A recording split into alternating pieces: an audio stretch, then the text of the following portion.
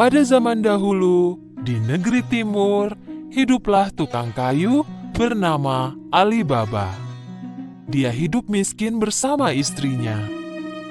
Ali Baba selalu pergi ke hutan dengan keledainya untuk mengambil kayu, lalu menjualnya ke kota.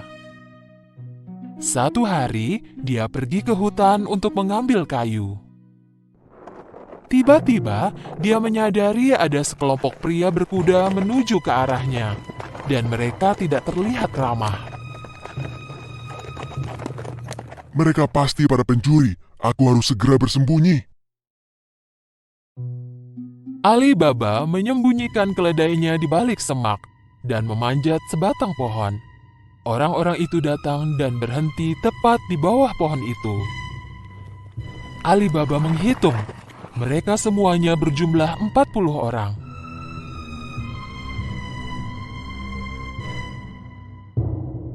Orang-orang itu menurunkan beberapa tas besar yang berat dari kuda mereka.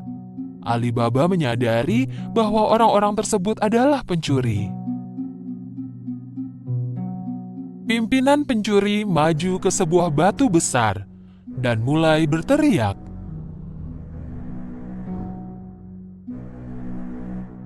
Sesame terbukalah. Tiba-tiba, sesuatu yang tak terduga terjadi. Batu besar itu menggelinding dan terbuka seperti sebuah gerbang, dan muncullah sebuah gua. Para pencuri masuk satu persatu sambil membawa tas yang berat itu. Tak lama kemudian, gerbang gua menutup secara otomatis. Ali Baba tak percaya pada apa yang dia lihat. Tak lama kemudian, batu itu terbuka lagi dan pencuri tersebut keluar. Terakhir, pemimpin pencuri keluar, lalu berbalik ke arah gerbang itu dan berkata, Sesame tertutuplah. batu besar itu segera tertutup, dan para pencuri melompat ke atas kudanya lalu pergi. Ali Baba turun dari pohon dan langsung menuju batu besar itu. Dia meneriakkan kata yang diingatnya tadi. Sesame terbukalah. Gerbang tersebut terbuka dengan suara berisik. Ali Baba masuk dengan ragu. Dia terkejut pada apa yang dilihatnya. Di dalam gua itu penuh dengan emas, perak, kain mahal, berlian, dan kotak harta karun. Ali Baba melihat berkeliling, mengambil 3 buah kantong dan pergi. Dia mengembalikan batu tersebut dan mengulangi ucapan yang dia dengar dari pemimpin pencuri. Sesame tertutuplah. Ali Baba menaruh tasnya ke atas keledai dan pulang. Ketika tiba di rumah, Ali Baba menunjukkan tas itu kepada istrinya. Sang istri tak percaya dan berpikir Ali Baba mencurinya. "Dari mana kau menemukan emas banyak ini?" Ali Baba menjelaskan semuanya kepada istrinya. Hal itu membuat istri Ali Baba sangat senang dan mereka mulai mengemasi barang mereka. "Ayo lihat berapa banyak uang yang kita punya." Jangan, ayo kita gali lubang dan sembunyikan emasnya. "Keluarlah dan gali lubang. Aku akan pinjam gelas pengukur dari kakakmu Kasim." Kakak Ali Baba, Kasim, adalah seorang pedagang kaya, tetapi sangat serakah. Dia tak pernah membantu Ali Baba, jadi Ali Baba memperingatkan istrinya. Jangan bicara apapun tentang emas itu, tak seorang pun yang boleh tahu. Istri Ali Baba pergi ke rumah Kasim dan meminjam gelas pengukur. Karena tahu bahwa mereka sangat miskin, Kasim segera bertanya. Kenapa kau memerlukan gelas pengukur? Kau tak punya uang? Istri Ali Baba segera mengarang cerita bohong. Tentu saja Kasim tidak mempercayainya. Dia diam-diam menaruh madu di bawah gelas dan memberikan gelas itu kepada istri Ali Baba. Ketika istrinya pulang, Ali Baba dan istrinya mulai mengukur emas tersebut. Dan Ali Baba mengubur emas yang telah dia hitung ke dalam sebuah lubang.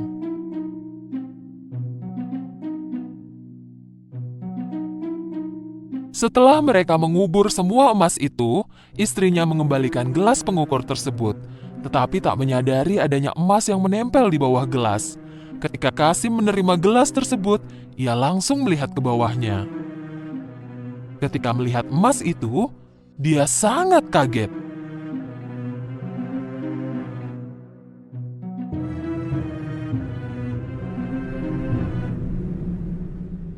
Aku penasaran dari mana Alibaba menemukan emas ini. Kasim tak bisa tidur semalaman. Ketika pagi datang, dia bangun dan langsung pergi ke rumah Alibaba. Dan dia menunjukkan emas yang menempel di bawah gelas itu. Alibaba, kupikir kau ini miskin. Dari mana kau menemukan emas ini? Alibaba menceritakan semuanya supaya Kasim tidak memberitahu semua orang tentang emas itu. Jika kau tak menunjukkan letak gua ini, aku akan memberitahu para pencuri tentangmu. Tapi Kasim, Alibaba tahu Kasim akan melakukan apa yang diucapkannya. Tak ada pilihan, mereka pergi ke gua itu. guanya ada tepat di belakang batu ini. Sekarang ayo pergi dari sini, para pencuri mungkin datang sebentar lagi. Alibaba dan Kasim pulang ke rumah, tetapi Kasim masih memikirkan gua itu. Dia segera membawa 2 ekor keledai dan pergi ke gua. Ketika tiba di depan pintu gua, dia mengulangi perkataan yang dia pelajari dari Alibaba. Sesame terbukalah. Batu besar itu tiba-tiba mulai bergerak dan gerbang ke gua pun terbuka. Kasim tak percaya. Dia kehabisan kata-kata tentang pemandangan di dalam gua. Emas yang berkilauan membuatnya terpesona. Dengan buru-buru, dia mulai mengisi tas yang dia bawa dengan emas sebanyak yang dia bisa. Ketika tak ada tempat lagi, dia kembali ke gerbang. Tetapi gerbangnya tertutup. Dan sialnya, dia lupa kata sandi untuk membuka gerbang. Jadi dia mulai mengarang dan mencoba membuka gerbang itu. Pintu terbukalah. Batu terbukalah. Gandum terbukalah. Apapun yang dia ucapkan, gerbangnya tidak mau terbuka. Kasim mulai panik. Dia mencari gerbang lain, tetapi tak menemukan apapun. Tak lama kemudian, para pencuri kembali ke gua mereka. Saat mereka melihat keledai Kasim, mereka menjadi curiga dan menghunus pedang mereka. Sesame terbukalah.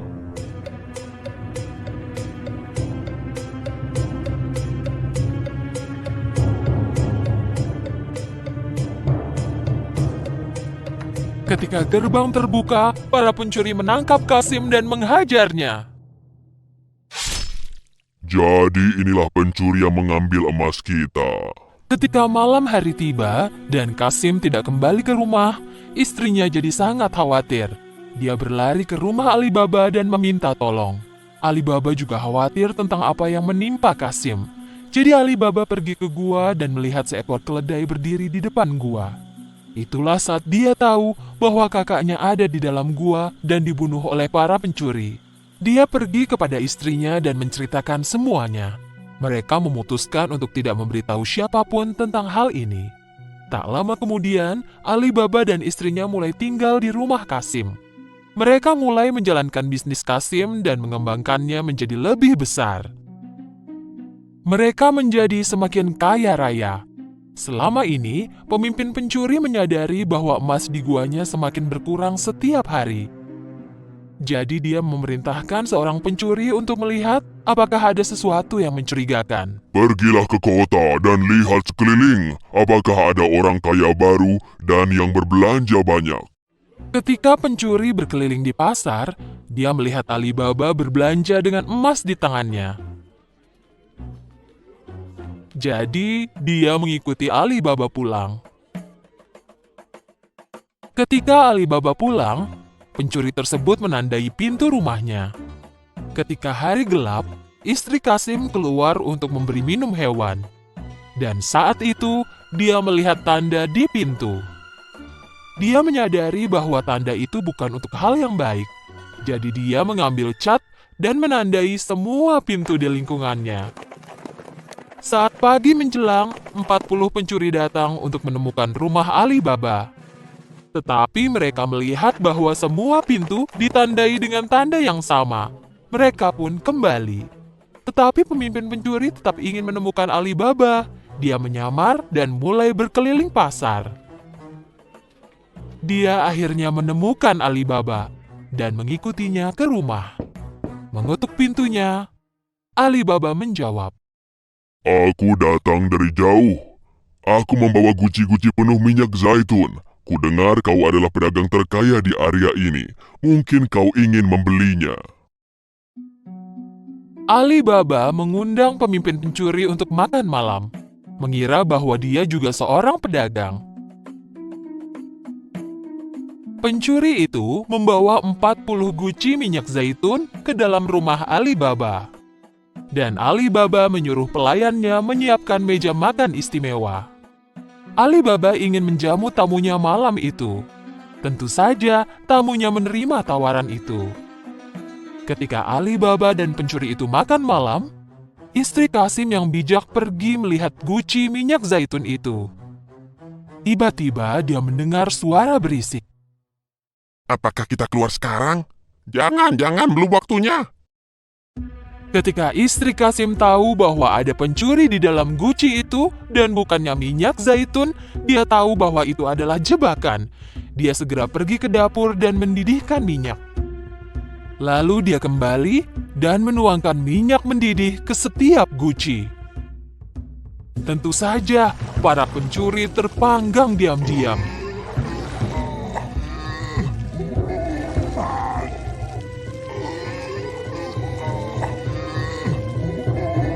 Pada malam hari, saat semua orang tertidur, pemimpin pencuri datang ke samping setiap guci. Kalian bisa keluar sekarang. Ketika tak ada jawaban, dia bertanya lagi. Apa kalian tidur? Ketika dia bertanya lagi dan tak mendapatkan jawaban, dia membuka salah satu guci. Dia kaget dan tahu bahwa dia juga akan tertangkap. Dia segera melarikan diri dan tak pernah kembali. Keesokan paginya, istri Kasim memberitahu Alibaba tentang apa yang terjadi. Kini mereka tahu bahwa mereka tak perlu khawatir tentang pencuri itu lagi. Dan akhirnya, Alibaba dan keluarganya hidup bahagia dan kaya raya.